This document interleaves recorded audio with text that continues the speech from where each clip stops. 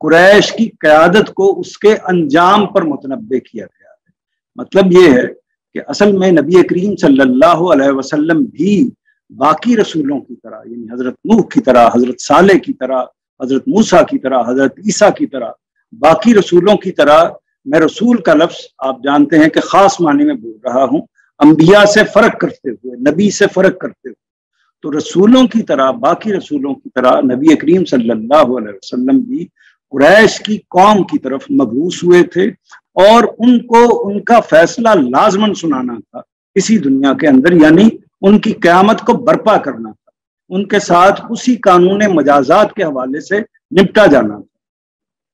تو دوسری میں اسی قانون مجازات کے حوالے سے قریش کی قیادت کو اس کے انجام پر متنبع کیا گیا ہے۔ دونوں میں روئے سخن قریش کے سرداروں کی طرف ہے، یعنی کلام کا جو رخ ہے وہ قریش کے سرداروں کی طرف ہے، اور ان کے مضمون سے واضح ہے کہ پچھلی صورتوں کی طرح یہ بھی ام القری مکہ میں ہجرت سے کچھ پہلے رسول اللہ صلی اللہ علیہ وسلم کی دعوت کے مرحلہ اتمام حجت میں نازل ہوئی ہے۔